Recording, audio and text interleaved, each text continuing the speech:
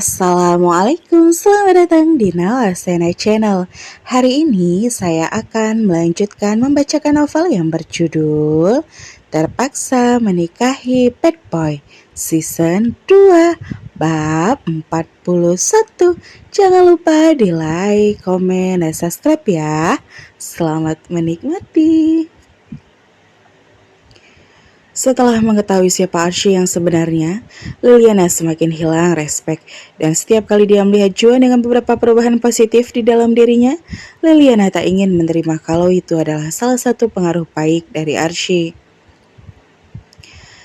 Ini sudah hari keempat puasa, dan Liliana salut karena Juan menjalankan puasa itu dengan sungguh-sungguh, tak seperti tahun-tahun sebelumnya.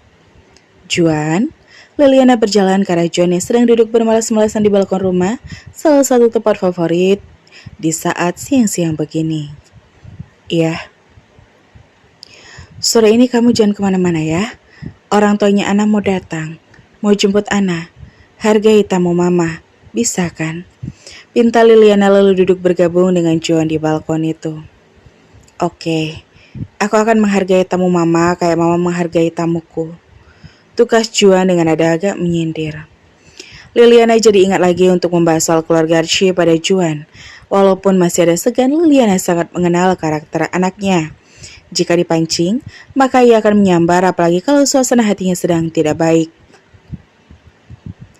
Jadi, Archie itu anak yatim. Liliana memulai. Mama udah tahu. Juan bertanya balik. Karena kamu bukan anak kecil lagi. Pasti mama akan cari tahu apapun tentang siapa yang dekat dengan kamu. Karena sekarang udah bukan waktunya buat main-main kan? Siapa yang mau main-main? Kan udah aku tegaskan. Kalau aku mau serius sama Archie, dia udah bukan pacar lagi. Tapi dia itu calon istriku, calon masa depanku. Mendengar penegasan itu, Liliana kembali merasa tidak rela. Hatinya masih sulit menerima realita kalau perempuan pilihan anaknya sangat jauh dari ekspektasinya selama ini. Cinta aja gak cukup, Juan. Terus, pernikahan itu adalah sesuatu yang sangat sakral di mana dua keluarga dipersatukan. Ini bukan hanya tentang kamu dan calon istri kamu, tapi ini antara keluarga kamu dan keluarga dia. Iya. Terus masalahnya di mana, Ma? Aku emang belum akrab sama ibunya Archie, tapi aku bisa langsung menilai kalau dia adalah orang tua yang baik. Istri mantan koruptor. Juan terbungkam. Pertanyaan Liliana membuat Juan tak bisa langsung menyahut. Ternyata sang mama memang sudah tahu soal itu. Juan tak membantah karena itu memang benar. Menurut kamu baik. Ayahnya itu pejabat yang sangat tidak bertanggung jawab. Sedangkan ibunya adalah sosialita tukang pamer yang sekarang sudah tak memiliki apa-apa. Dimiskinkan oleh negara dan dihinakan oleh Tuhan. Baiknya di sebelah mana, Juan? Buka dong mata kamu. Bisa aja sekarang mereka lagi berusaha memanfaatkan kamu biar bisa kembali ke kehidupan yang dulu lagi. Juan masih belum bisa membantah. Apalagi Liliana bicara dengan sangat tegas dengan sederet fakta yang ia ketahui. Dan satu hal yang tidak Juan ketahui soal calon ibu mertuanya. Mama tuh gak bisa kalau kayak gini. Oke lah kalau misalnya dia memang gadis lulusan SMA yang bekerja karena desakan ekonomi. Itu gak masalah. Tapi yang jadi masalah sekarang background dia. Apa yang harus mama katakan sama keluarga besar kita? Sama teman-teman mama? Sama kolega papa nanti mereka tanya. Siapa calon menantu mama dan papa? Apa yang harus mama jelaskan? Tapi itu dulu, Mam. Semuanya udah berubah sekarang. Mereka menerima hukuman atas kesalahan yang diperbuat mendiang ayahnya Archie. Mereka memulai hidup baru lagi, lebih baik walaupun dimulai dari nol lagi. That's not enough. Itu sama sekali gak cukup. Itu gak akan pernah menghapus stigma mereka sebagai keluarga mantan pejabat korup. Itu aib. Aib yang akan selalu melekat pada mereka seumur hidup mereka.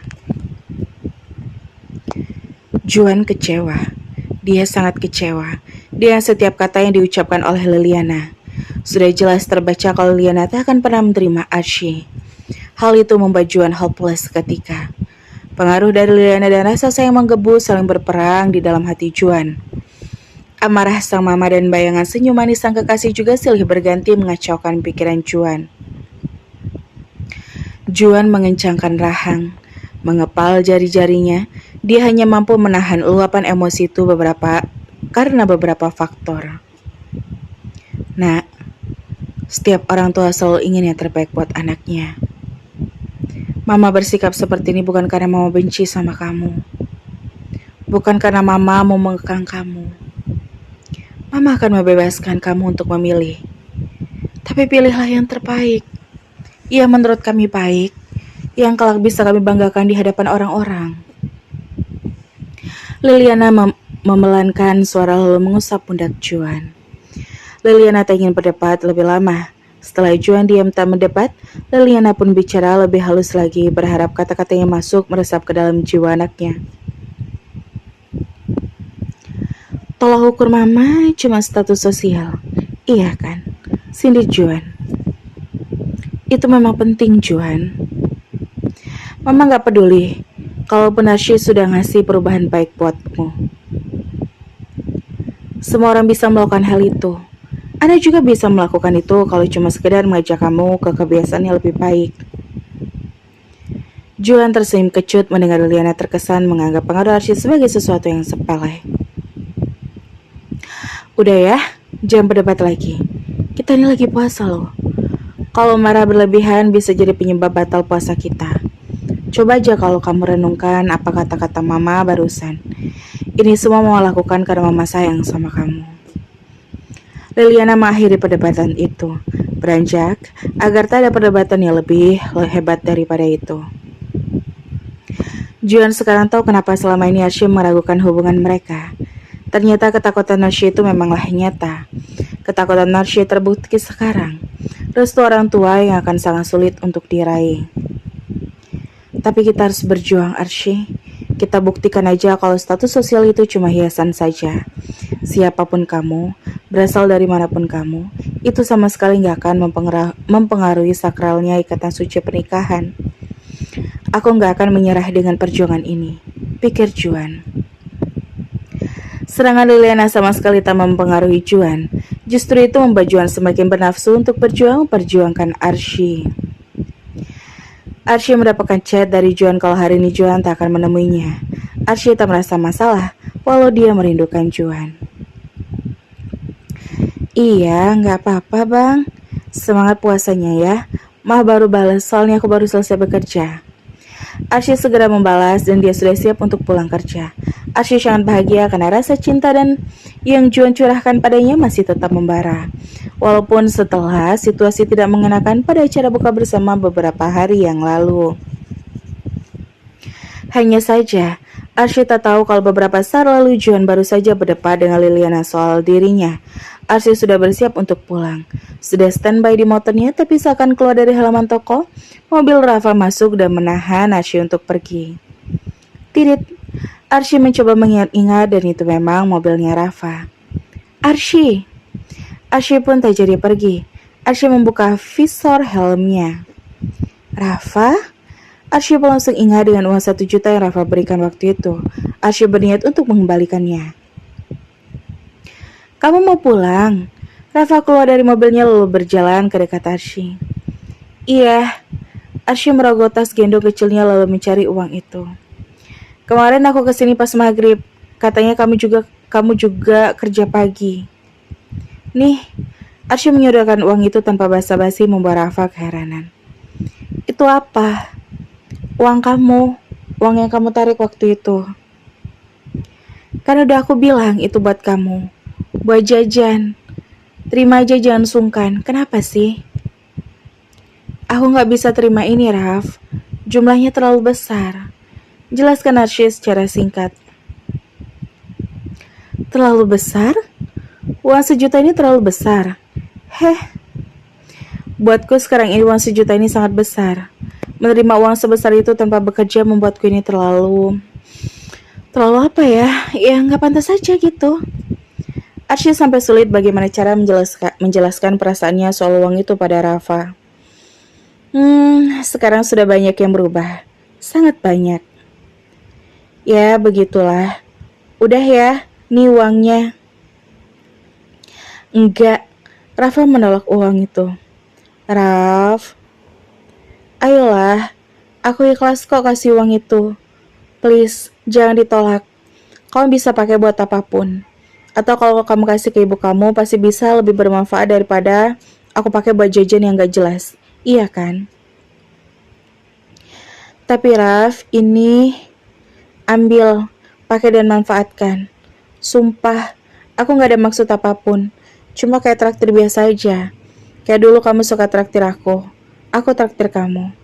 Kayak gitu aja kok, gak usah sungkan. Kamu pakai uangnya aku ikhlas. Uang itu halal buat kamu pakai. Tegas Rafa. Kalau sudah begini Arsy pun tak bisa menolak lagi. Pasti Rafa akan menolak dengan berbagai cara atas uang itu. Udah ya, masukin lagi uang itu ke tas kamu. Aku gak enak. Santai aja. Jadi uang ini udah jadi milikku? Udah jadi milik kamu sejak 2 hari yang lalu. Tegas Rafa. Ya udah, aku akan kasih uangnya ke ibu. Oke. Arsy menyimpan lagi uang itu. Kalau sudah dipastikan seperti ini, Arsy tak akan ragu-ragu lagi untuk menggunakan uang itu. Bukber yuk, ajak Rafa penuh harap. Gak bisa Raf, maaf. Hai, aku harus pulang. Ibu pasti nungguin aku. Ya udah, aku ke rumah kamu dulu buat minta izin sama ibu kamu. Gak bisa Raf, aku udah punya pacar. Ada hati yang harus aku jaga. Maaf. Mendengar pernyataan dari Arsy itu, Rafa tersadar kalau ternyata sang mantan telah memiliki kekasih. Oh, oke. Gak apa-apa kan kalau misal ada acara alumni baru aku mau hadir. Kalau acara bukber berdua aja nanti kita dikira lagi ngedate. Iya kan? Canda Arsy. Rafa hanya tersenyum hambar mendengarnya. Ternyata Arsy memang sudah tidak single lagi. Aku pulang duluan ya. Pamit Arsy lalu bersiap lagi setelah menyimpan uangnya. Iya, hati-hati ya. Jangan ngebut-ngebut. Oke, makasih Raf. Ya, Arsy sudah pergi. Rafa hanya bisa menyaksikan Arsy berlalu begitu saja. Siapa yang berhasil mencuri hati kamu, Arsy? Aku bisa bikin hidup kamu lebih baik. Aku bisa bikin kamu bertahan hidup tanpa harus capek-capek kerja kayak gini. Tapi kok kayaknya sekarang hati kamu malah jadi sulit buat dijangkau ya. Sikap minder kamu malah membentengi diri kamu sendiri dari aku. Pikir Rafa. Rafa malah jadi penasaran dengan sosok pacarnya Arsy. Rafa merasa kalau dirinya akan jadi yang terbaik andai Arsy mau membuka hatinya kembali. Ana sudah dijemput dari orang tuanya. Ana harus pulang setelah beberapa hari tinggal di rumah Juan. Sekali lagi terima kasih banyak Bu. Bu Lili dan Pak Adi, terima kasih juga. Nak Juan, terima kasih banyak. Ucap bundanya Ana sebelum masuk ke dalam mobil. Sama-sama, lain kali kita bisa adakan acara buka bersama lagi ya. Mumpung kita masih ada di Jakarta. Selanjutnya biarkan kami yang menjamu Pak Adi sekeluarga untuk buka bersama di kediaman kami. Wah, ide bagus. Kalau berkenan, kami tunggu Pak Adi sekeluarga untuk datang ke rumah kami besok atau secepatnya. Baik Pak, insya Allah ya, nanti saya kabari lagi. Baik Pak, mari. Assalamualaikum. Waalaikumsalam. Om, Tante, makasih banyak ya. Ana pamit untuk terakhir kalinya. Iya sayang, main-main kesini kalau lagi senggang ya, kata Liliana dengan penuh kehangatan pada Ana. Baik Tante. Lalu Ana melirik ke arah Juan yang hanya berdiri diam dengan wajah muram di belakang Liliana dan Adiaksa. Bang Juan, makasih ya. Iya. Assalamualaikum. Waalaikumsalam. Ana masuk ke dalam mobil orang tuanya dan setelah berpamitan mobil itu pergi. Ya, jadi sepi lagi deh. Padahal kehadiran Ana selama beberapa hari di sini bikin Mama serasa punya teman, serasa punya anak perempuan. Ungkap Liliana langsung merasa hampa sepeninggalan Ana. Nanti diganti sama cucu. Juan melengos setelah mengucapkan itu. Itu masih terdengar seperti sebuah sindiran yang tidak putus di antara dirinya dan Juan. Ya, Mama gak mau lah cucu dari rahim anak mantan koruptor. Gumam Liliana sangat pelan sehingga aman dan tidak sempat terdengar oleh Juan. Udah dulu, Ma. Jangan bahas soal ini dulu ya. Bisik Adiaksa menenangkan. Kacau. Harapan dan impian kita kacau. Untuk sekian kalinya karena pemikiran kita tuh nggak pernah sejalan sama pemikiran anak kita sendiri. Udah, ayo masuk. Ada yang mau Papa bicarakan sama Juan. Penting. Soal apa? Papa mau ajak dia ke Kanada buat nemenin Papa selama tugas 2 minggu terakhir nanti. Kira-kira dia mau nggak ya? Wah, siap-siap ditolak tuh, Mas. Kita lihat aja. Semoga dia mau. Adiaksa dan Liliana masuk bersama dan melihat Juan terus berjalan bahkan sudah melewati setengah tangga menuju ke lantai 2 rumah. Juan, bisa duduk sebentar di sini. Papa mau bicara sama kamu. Seru Adiaksa. Juan menghentikan langkah lalu muter arah dan kembali untuk memenuhi permintaan sang papa. Mereka bertiga duduk bersama di ruangan keluarga. Jadi kan, sopir papa di Kanada udah pulang dan akan kembali bertugas setelah Idul Fitri nanti. Papa rasa papa butuh pendamping selama menyelesaikan sisa tugas papa selama 2 minggu di sana. Ditambah lagi mamamu akan tetap di sini sampai hari raya Idul Fitri nanti. Kata Adiaksa memulai obrolan serius yang mau ia bahas. Langsung aja ke intinya, Pak. Juan terlihat tidak antusias. Papa minta kamu ikut papa ke Kanada. Cuma buat 2 minggu aja kok, pintanya. Jadi sopir papa selama di sana? Tanya John agak kekik. Ya, sebagai anak yang nemenin papanya lah. Bantu-bantu papa. Imbalannya adalah kucuran modal buat usaha bengkel yang lagi kamu rencanakan. Juan tergugah. Dari mana Adiaksa tahu kalau saat ini Juan sedang merancang usaha bengkel? Padahal John belum mengatakan maksudnya itu pada papanya. Wah, lumayan tuh. Dapat modal utuh cuma nemenin papa selama 2 minggu di Kanada. Kalau mama sih, yes. Gak ada Liliana agak Juan mau. Gimana? Papa mau pesen tiket pesawat sekarang nih? John sebenarnya tertarik, tapi resikonya adalah dia akan menjalani LDR selama 2 minggu itu dengan Archie. Apa John akan kuat dan tak akan bertemu Archie selama 2 minggu? Gimana Juan? Kasih papa jawaban. Kalau kamu mempertimbangkan, seenggaknya papa tunggu keputusan kamu sampai makan sahur nanti.